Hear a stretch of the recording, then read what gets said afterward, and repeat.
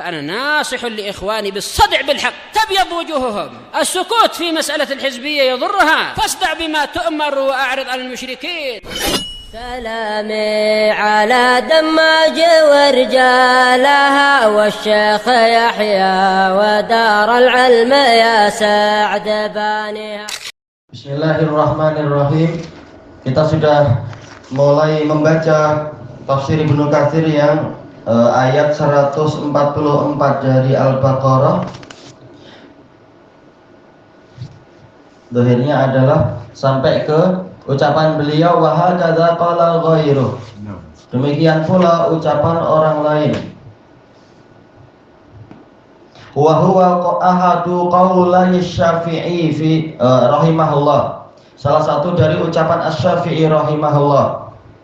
Innal gharada isabatu ainil qiblah. Bahwasanya tujuannya adalah yaitu kita tepat menghadap ke kiblat.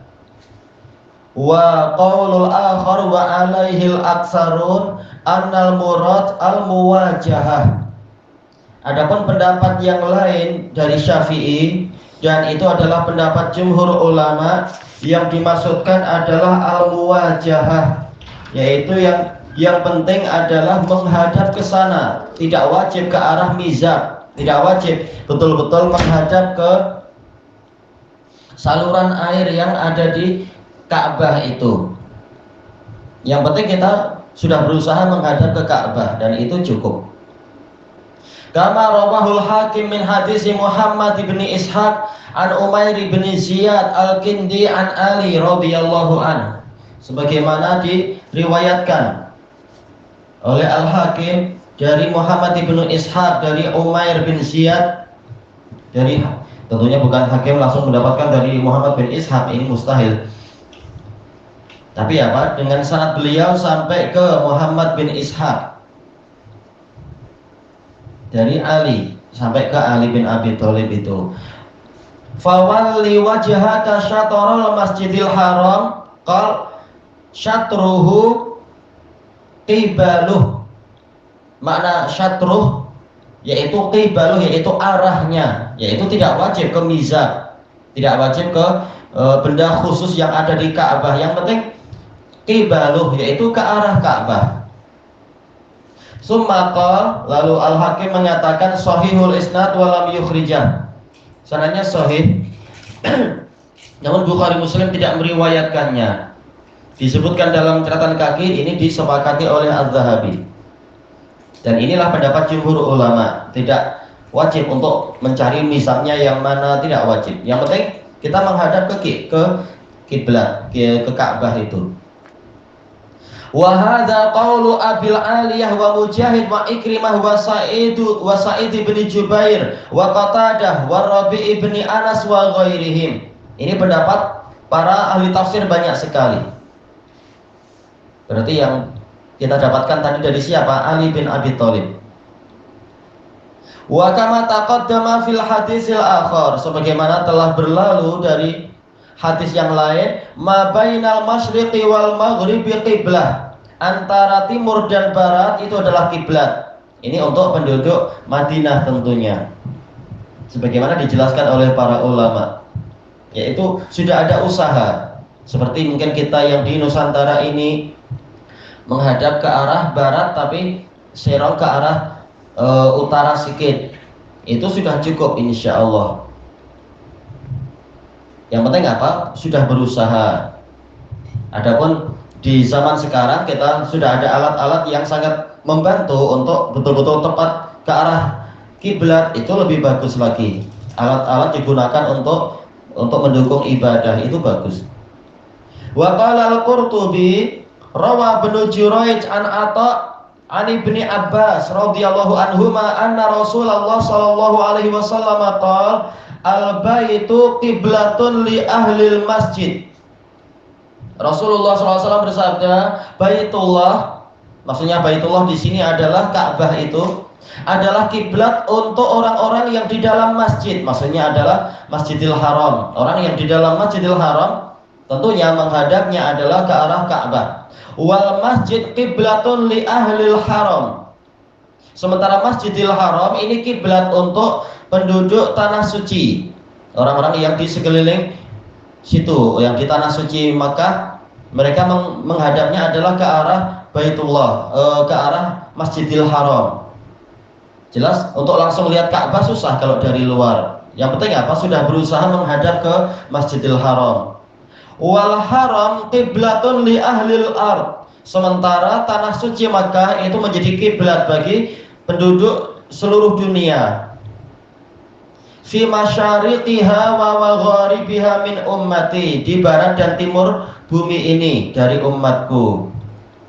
Cuma bagaimana dalam catatan kakinya sanad ini disebutkan oleh muhakiknya, ini diriwayatkan oleh Al-Baihaqi dalam As-Sunan Al-Kubra, dan Baihaqi mengatakan hadis ini diriwayatkan bersendirian oleh Umar bin Hafiz Al-Makki dan dia dhaif, tidak layak untuk menjadi hujjah.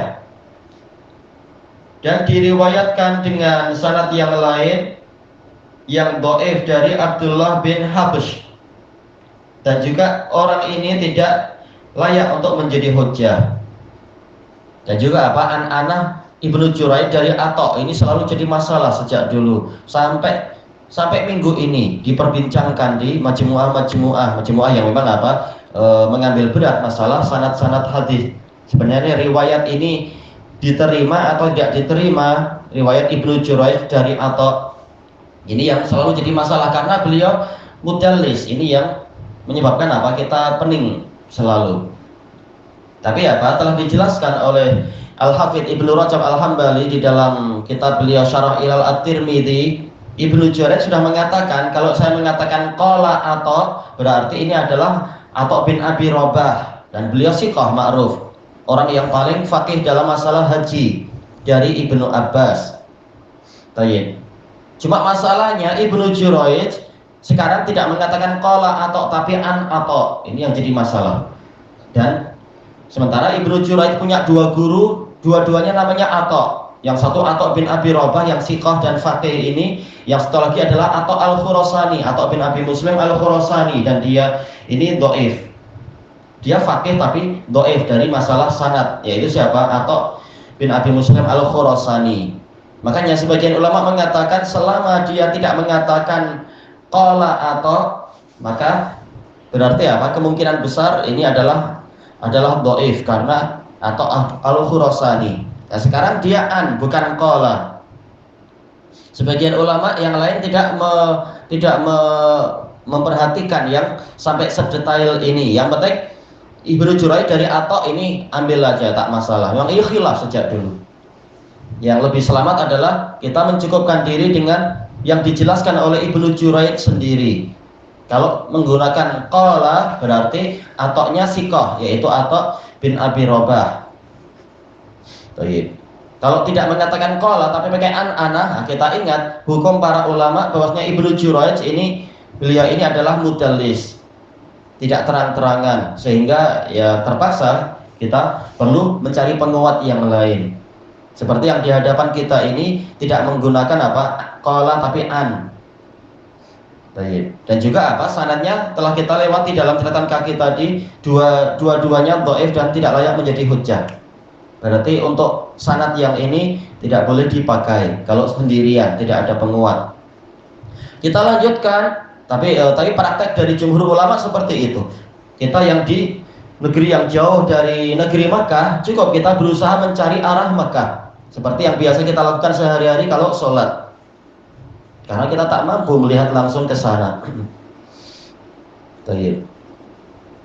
Kemudian waqala Abu Nuaim Al-Fadl bin Dukain siqatun yaqdhan. Ini yang dicabar tapi berjaya, dicabar oleh siapa itu? Yahya bin Ma'in, termasuk guru dari Imam Ahmad bin Hanbal.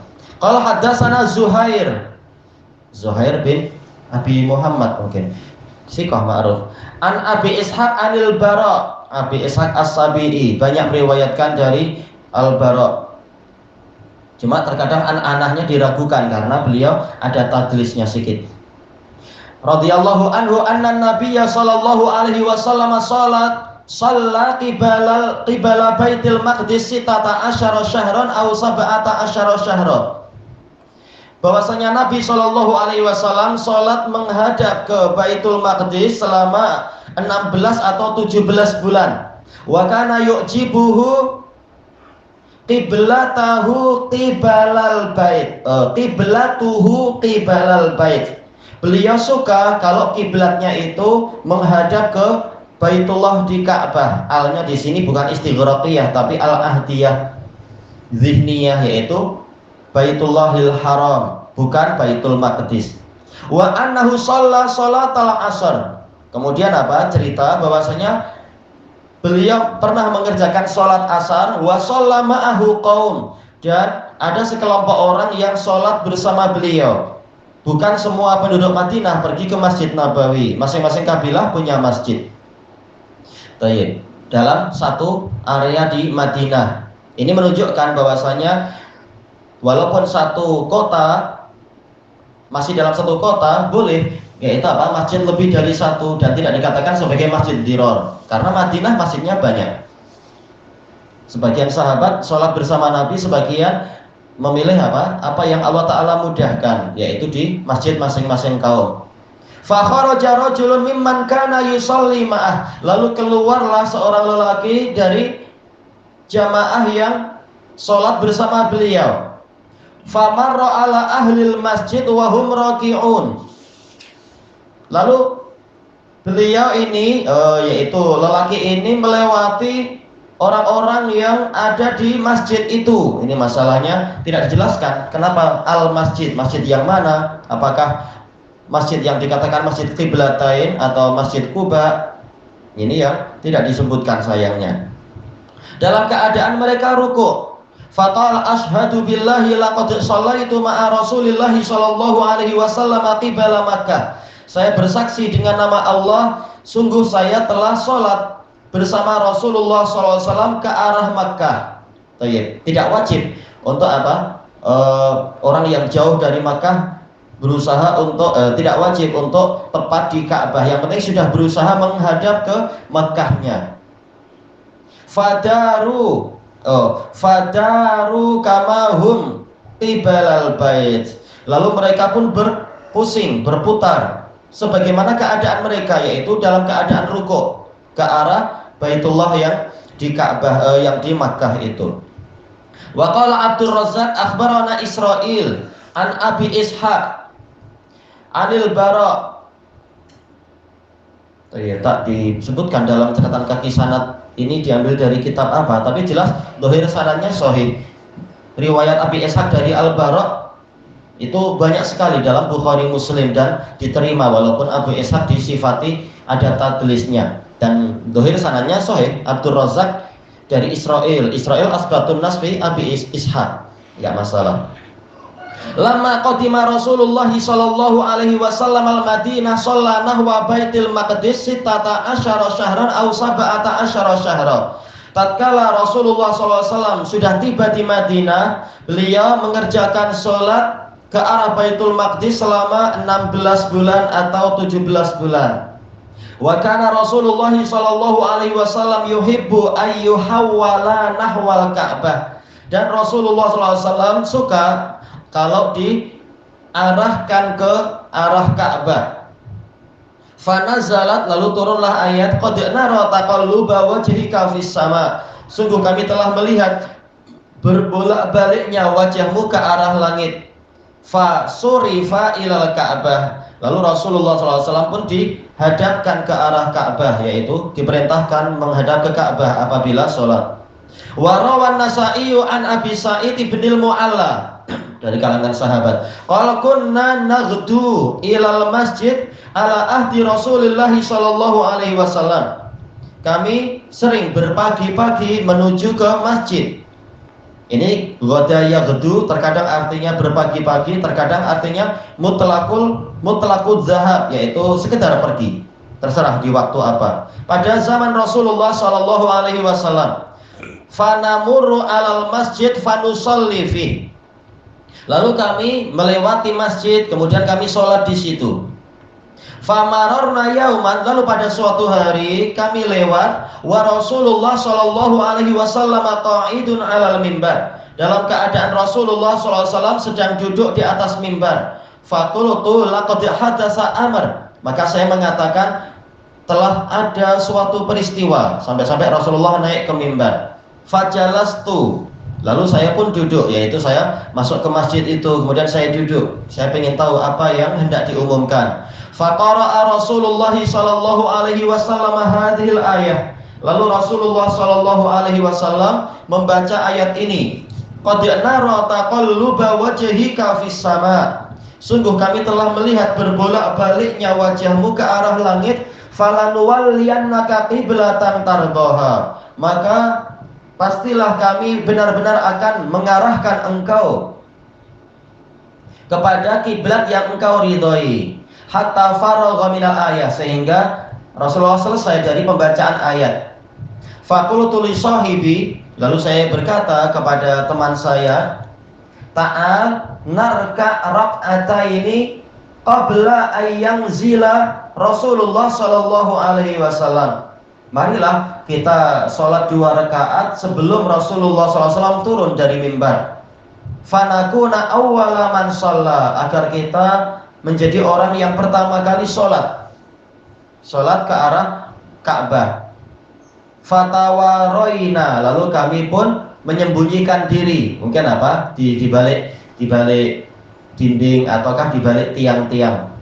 Fasallainahuma, lalu kami mengerjakan 2 rakaat tersebut. Summa nazalan Nabiyyu sallallahu alaihi wasallam, lalu Nabi sallallahu alaihi wasallam turun. Fasalla linnasi dzuhra yauma id. Kemudian pada hari itu Rasulullah SAW mengerjakan sholat zuhur. Disebutkan dalam catatan kaki telah berlalu pembicaraan tentang riwayat yang ini, riwayat An-Nasai ini, maka silahkan dirujuk kembali. Wah, ini tak tahu di muka surat yang keberapa juga. Baik, tak masalah, kita lanjutkan aja. Intinya pemindahan kiblat makruf. Cuma apakah ketika itu Rasulullah sedang sholat ataukah Rasulullah belum sholat, ini yang menjadi pembahasan ketika wahyu itu turun. Wa hakadza rawa Ibnu Mardawayh ani Ibni Umar anna awwala sholatin shallaha Rasulullah sallallahu alaihi wasallam ilal Ka'bah sholatul zuhur. Demikian pula diriwayatkan oleh Ibnu Mardawayh dari Ibni Umar bahwasanya sholat pertama kali yang dilakukan oleh Rasulullah SAW ke arah Ka'bah adalah sholat zuhur. Wa annaha sholatul wusta, dan itu adalah sholat wusta. Semua riwayat yang ke Rasulullah sholat wusta yang sahih adalah sholat asar, sebagaimana dalam hadis Ali dan lain-lain, hadis Ali yang diriwayat Muslim. Adapun yang di sebagian sahabat memang apa, ada yang ijtihad mengatakan zuhur, ada yang mengatakan sholat isya dan lain-lain.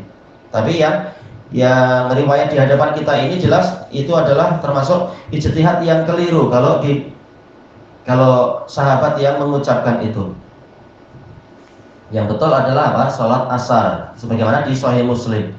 Wal masyhuru anna awwala sholatin shallaha ilal Ka'bah sholatul asar. Nah, di sini terbukti apa? Imam Ibnu Katsir sendiri melemahkan pendapat yang tadi atau riwayat yang tadi. Kata beliau yang terkenal adalah bahwasanya sholat yang pertama kali dilakukan oleh Rasulullah SAW ke arah Ka'bah itu sholat asar. Walihada ta'akhkharal khabaru an ahli Quba, maka dari itu berita ke ahli Quba itu terlambat ila sholatil fajr, sampai sholat subuh. Karena kalau zuhur, antara zuhur boleh jadi setelah sholat zuhur orang-orang banyak yang pergi kembali ke perkampungan Bani Amr bin Auf dan sebagainya. Bagaimana dari waktu zuhur sampai waktu subuh tak ada yang memberitakan sama sekali? Ini terlalu apa? Terlalu mustahil. Makanya yang dirajikan oleh Ibnu Katsir yang menyebabkan beritanya agak lambat adalah keadaan sudah mulai gelap. Berarti apa? Yang lebih tepat adalah sholat asar. Selesai sholat asar mungkin orang masih sibuk tepat di kota Madinah. Kemudian belum ada orang yang pergi ke Bani Amr bin Auf. Mereka tahunya adalah waktu subuh. Dan itu lebih tepat, yaitu sholat asar yang di Masjid Nabawi, bukan sholat zuhur. Ilahuna wallahu a'lam. Wahyu itu Yang kemungkinan istilahnya ada perselisihan pendapat tentang masalah ini. Apakah dia menjelang asar ataukah di tengah-tengah sholat asar Nabi itu? Yang pasti apa? Jelas Masjid Nabawi mengalami perpindahan kiblat juga, dua-dua menghadap ke sana dan menghadap ke situ. Wallahu a'lam.